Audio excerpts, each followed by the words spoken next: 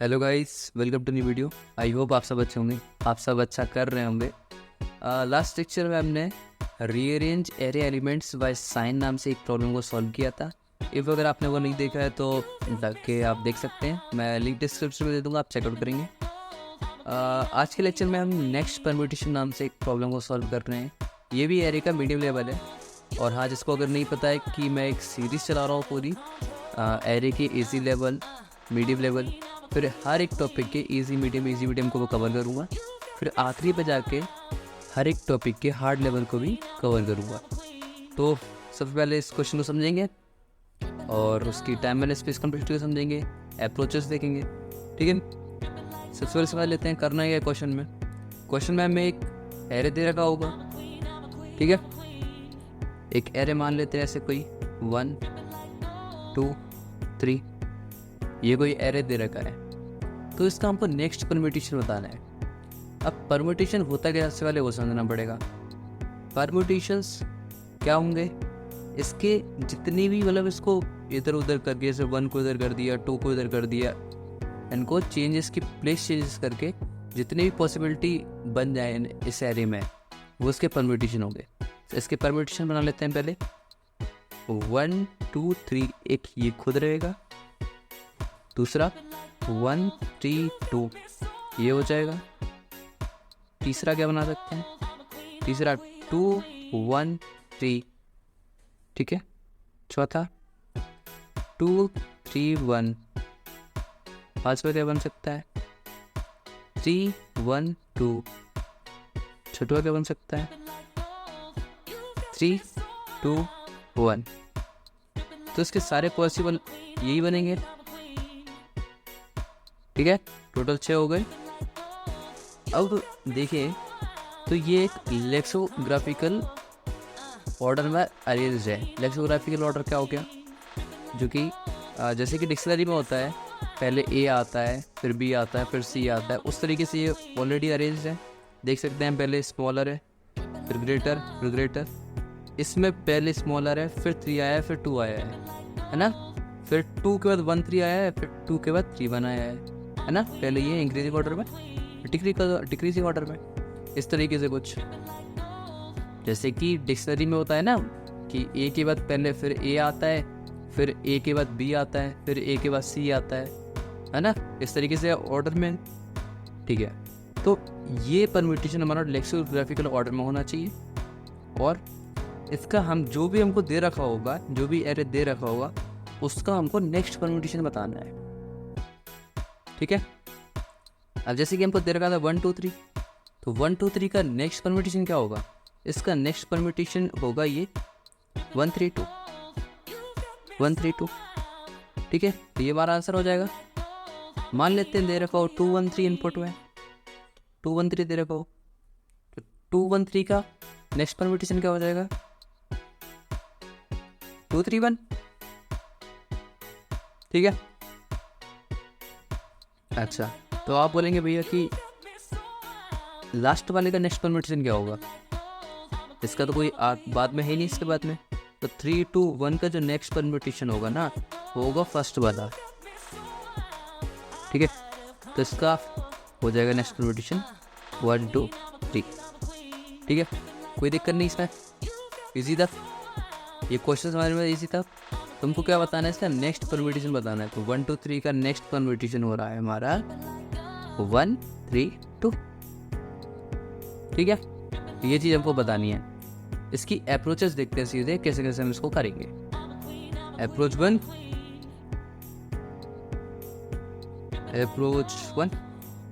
Approach 1 हमारी brute force.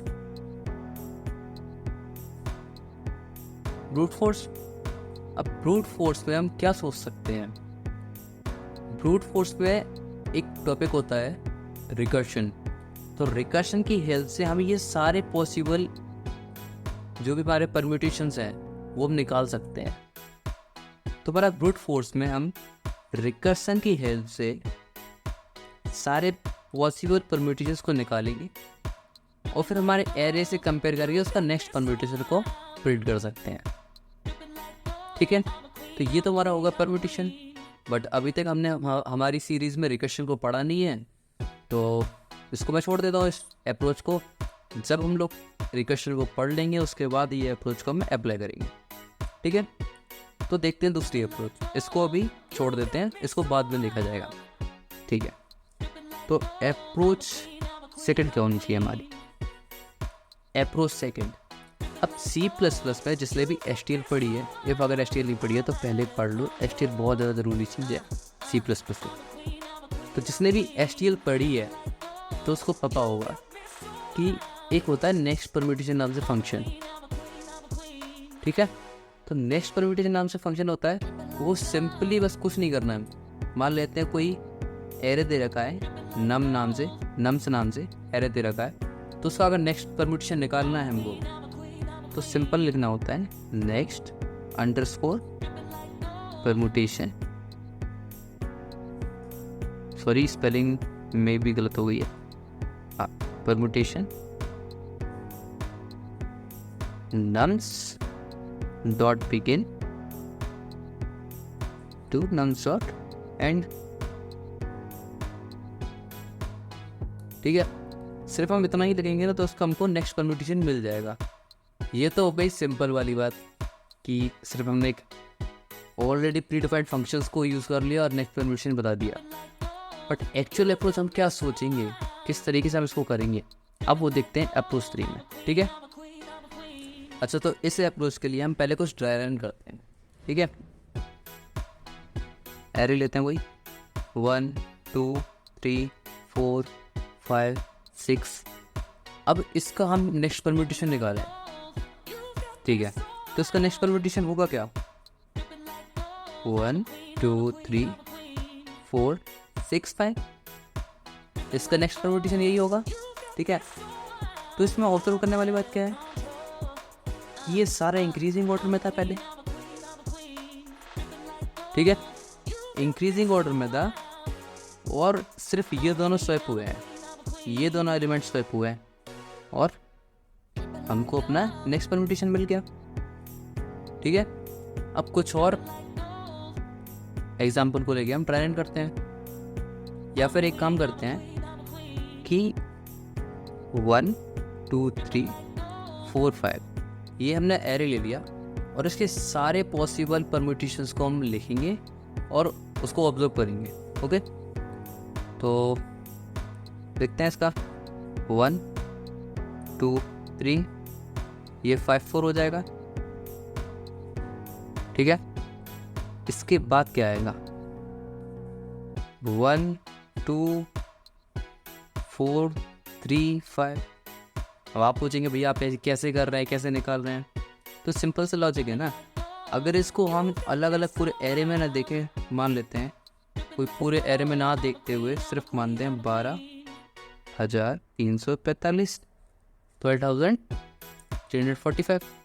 इससे ज़्यादा बड़ा क्या होगा, इससे बड़ा क्या होगा 12,354, ये होगा ना। इससे जस्ट बड़ा तो अगर इसके पॉसिबल आउटकम्स देखें तो इससे जस्ट बड़ा तो ये होगा, इससे जस्ट बड़ा क्या होगा 12,435, ठीक है। इससे जस्ट बड़ा क्या होगा 12,453, इससे जस्ट बड़ा क्या होगा 12,534, इससे जस्ट बड़ा क्या होगा 12,543, ठीक है ना। यही होगा, लिख लेते हैं 1 2 4 5 3। इससे नेक्स्ट 1 2 5 3 4। इससे नेक्स्ट 1 2 5 4 3। अच्छा, तो इसमें ऑब्जर्व करने वाली बात क्या है कि ये इंक्रीजिंग है, यहाँ तक, यहाँ से लेके यहाँ तक इंक्रीजिंग है, और ये यहाँ से लेके यहाँ तक डिक्रीजिंग है। अच्छा, ये यहाँ से लेके यहाँ तक इंक्रीजिंग है, लेकिन ये यहाँ से लेके यहाँ तक इंक्रीजिंग है। अच्छा ठीक है, तो इससे तो कुछ नहीं हो सकता है ना। अब हम वहाँ पॉइंट आउट करते हैं जहाँ पर चेंजेस हुए हैं, जैसे कि सबसे पहले चेंज कहाँ पर हुआ 4 5 से लेके 5 4 हो गया, तो इसमें चेंज हुआ। ठीक है, अब किस में चेंज हुआ? अब किस में चेंज हुआ? अब चेंज हुआ कि ये 3 4 5 पूरे में चेंज हुआ ना, 3 4 5 इतने में चेंज हुआ है ना। अब चेंजेस कहाँ पर हुआ? अब चेंजेस यहाँ पर हुआ, इसके बाद इन तीनों में हुआ, इसके बाद इन दोनों में हुआ, फिर आगे जाके 4 में होता, फिर उसके आगे जाके 3 में होता है ना।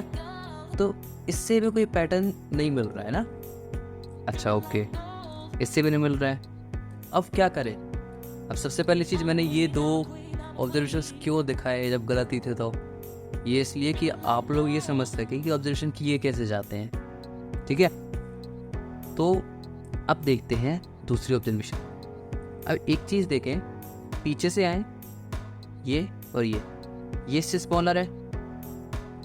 ठीक है, ये दोनों स्वैप हो गए। ठीक, पहला चेंज कहाँ पर हुआ? जब इसको पीछे से हम ट्रेवर्स करते हुए स्मॉलर मिल गया। तो ये वाला तो इससे ग्रेटर है, ये वाला इससे स्मॉलर है। ठीक है, 3 5 से स्मॉलर है। तो चेंज कहाँ पर हुए?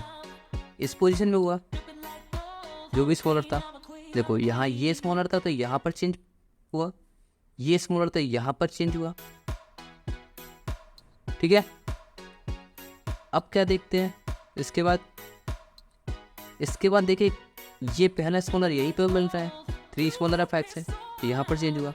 अब ये ग्रेटर है, 5 ग्रेटर है 3 से, लेकिन 4 स्मॉलर है 5 से, तो यहाँ पर फिर से चेंज हुआ। तो ये ऑब्जर्वेशन करने वाली बात है कि जो भी हमको पहला स्मॉलर मिल रहा है पीछे से ट्रैवर्स करने पर, वहाँ पर चेंज हो रहा है। अब चेंज क्या हो रहा है वो देखते हैं। ठीक है, जैसे कि मैं आखिरी के 2 लिख लेता हूँ, 1 2 5 3 4। इसका नेक्स्ट कॉम्बिनेशन क्या होगा? 1 2 5 4 3, ये होगा। ठीक है, या फिर थोड़ी बड़ी वैल्यू लिख लेते हैं जिससे कि सही रहे, 3 2 1। अभी हमारी पूरी हो गई, 1 2 5 3 4 3 2 1, ये हमने कोई मान लिया। इसका नेक्स्ट परम्यूटेशन क्या होगा? इसके बाद क्या हो जाएगा? 4 1 2 3 3, ये आ जाएगा। तो इसमें ऑब्जर्व करने वाली बात क्या है कि जहाँ भी चेंज हो रहा है ना, उसके बाद जो भी है वो सारा इंक्रीजिंग ऑर्डर में होना चाहिए, उसके पहले इंक्रीजिंग ऑर्डर में होना चाहिए, तब वो परम्यूटेशन सही रहेगा ना। बाद में इंक्रीजिंग ऑर्डर में क्यों होना चाहिए? क्योंकि सबसे स्मॉलर वैल्यू सबसे पहले आनी चाहिए, यही होता है ना। ठीक है, ठीक है, तो अब क्या करेंगे और देखते हैं इसको। ठीक है, तो देखते हैं कि पीछे से ट्रेवर्स करते हैं, पहले इन दोनों को कंपेयर करते हैं। इन दोनों को कंपेयर करके इनसे पूछते हैं कि ये वाला लेफ्ट वाला जो भी एलिमेंट है हमारा, वो राइट वाले से छोटा है क्या? नहीं है। आगे बढ़ते हैं, इन दोनों को कंपेयर करते हैं। लेफ्ट वाला एलिमेंट राइट वाले एलिमेंट से छोटा है? नहीं है। आगे बढ़ते हैं। लेफ्ट वाला एलिमेंट राइट से छोटा है? नहीं है। आगे बढ़ते हैं। लेफ्ट वाला एलिमेंट राइट से छोटा है। ये हमारा पॉइंट है। अब क्या करें कि इन दोनों को स्वैप कर दें। इन दोनों को स्वैप करेंगे क्या मिलेगा? इन दोनों को स्वैप करेंगे क्या मिलेगा हमको? 1 2 5 4 3 3 2 1। ठीक है, अगर हम सिंपली इसको रिवर्स कर दें, क्योंकि ये क्या है, ये क्या है, डिक्रीजिंग ऑर्डर में है, हमको क्या चाहिए? इंक्रीजिंग ऑर्डर में। इसको हम रिवर्स कर देते हैं। 1 2 5 4 1 2 3 3, ये सेम है। मिल गया हमको आउटपुट, मिल गया। एक एग्जांपल और देखो। ठीक है, अब मैंने कहा 1 2 3 9 8 7, ये हमारा एरे है। इसका नेक्स्ट परम्यूटेशन बताओ। अभी तक जो हमने चीज़ सीखी है उसके हिसाब से लेफ्ट वाला राइट से ये छोटा है, इन दोनों को हम स्वैप करेंगे तो ये 9 3 हो जाएगा और ये 8 7 हो जाएगा। फिर इसको हम रिवर्स कर दे रहे थे तो ये 7 8 3 9 2 1 ये आंसर आ जाएगा। क्या इसका नेक्स्ट परम्यूटेशन ये है? क्या एक्चुअल में ये है? सोचने वाली बात है ना। नहीं, इसका नेक्स्ट परम्यूटेशन क्या होगा? इसका नेक्स्ट परम्यूटेशन होगा 1 2 1 2, फिर आएगा 7, फिर आएगा 3 8 9। अच्छा, ओके, अगर ऐसा है तो गड़बड़ हो गया। अब इसमें हम क्या ऑब्जर्व करते हैं? इसमें ऑब्जर्व ये करना है हमें कि इधर वैल्यू कौन सी आएगी, इधर वैल्यू कौन सी आएगी। इधर वैल्यू वो आएगी जो इससे तो बड़ी हो लेकिन बाकी सबसे छोटी हो। अगर ये डिक्रीजिंग ऑर्डर में है, हमको अगर हम पीछे से देखें तो इससे जो भी आपको पहली बड़ी वैल्यू मिल रही है उससे अगर हम इसको स्वैप करा दें तो ये अपनी प्रॉपर पोजीशन पहुंच जाएगा, है ना। ठीक है, अब देखते हैं कि हमने मान लो वो कंपेयर करके हमने एक पॉइंटर यहाँ पर रख लिया। अब हमने पीछे से लूप चलाया, कहा इससे जो भी पहली बड़ी वैल्यू मिल जाए। ठीक है, हो सकता है कि 1 2 3 9 8 7 2 1 ये भी आगे लिखा हो। अब हमने कंपेयर किया, हमको पहला इंडेक्स यहाँ मिला, हमने पॉइंट करा लिया। अब पीछे से लूप चलाया, हमने कहा जब भी इससे जस्ट ग्रेटर वैल्यू मिल जाए, ठीक है, उससे हम स्वैप करा देंगे। ठीक है, तो इससे हमने इसको स्वैप कराया, इन दोनों को स्वैप कराया, क्या मिलेगा 1 2 7 9 8 3 2 1। अब ये डिक्रीजिंग ऑर्डर में ही है, मतलब ये अपनी सही पोजीशन पे गया। इसमें ये और प्रॉब्लम थी ना कि ये डिक्रीजिंग ऑर्डर में था ही नहीं, इसके बाद होना था डिक्रीजिंग ऑर्डर में चल गया ना। ठीक है, 7 अपनी पोजीशन पे, ये डिक्रीजिंग ऑर्डर में, रिवर्स कर देते हैं 1 2 7 1 2 3 8 9। मिल गया। ठीक है, अब देखते हैं कोड। अब आएगा कोड देखने में मज़ा। क्या करना था हमको? कंपेयर कराना था। सबसे पहले तो एक इंडेक्स मान लेते हैं। पहले इंट INDX -1 से हम इनिशियलाइज कर देते हैं। ठीक है, अब हमने कहा पीछे से लाएंगे for int I nums dot size -2। अब -2 क्यों किया वो आप बताओ। I माइनस इसलिए किया क्योंकि हम दो को कंपेयर कराएंगे ना, तो हम I को और I+1 को कंपेयर कराएंगे, इसलिए -2 किया है, उसमें दिक्कत नहीं है। इफ नम्स ऑफ I, अगर नम्स ऑफ I स्मॉलर मिल जाए वो नम्स ऑफ I+1। ठीक है, अगर मिल जाए तो करना है INDX में हम वो वैल्यू स्टोर करा लेंगे और ब्रेक कर देंगे, क्योंकि वो एक ही चाहिए, ज़्यादा चाहिए नहीं। ब्रेक करके अब मान लेते हैं कि एक हमको एरे ऐसा दे रखा है जो कि बिल्कुल डिक्रीजिंग ऑर्डर में है। डिक्रीजिंग ऑर्डर में तो हमको इंडेक्स की वैल्यू तो मिलेगी नहीं, वो पूरा लूप चल जाएगा, मिलेगी नहीं, लेफ्ट साइड वाला कोई छोटा होगा ही नहीं।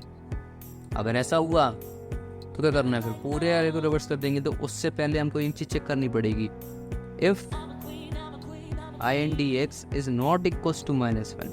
अगर वो -1 के इक्वल नहीं है तभी ये चीज़ चलेगी। इस पर क्या करना था, हमको पीछे से लूप चलाना था for int I nums dot size -1, I is greater than equals to 0, I-1 sorry. ठीक है, अब जो भी ग्रेटर वैल्यू मिल जाएगी उससे हम स्वैप कराएंगे।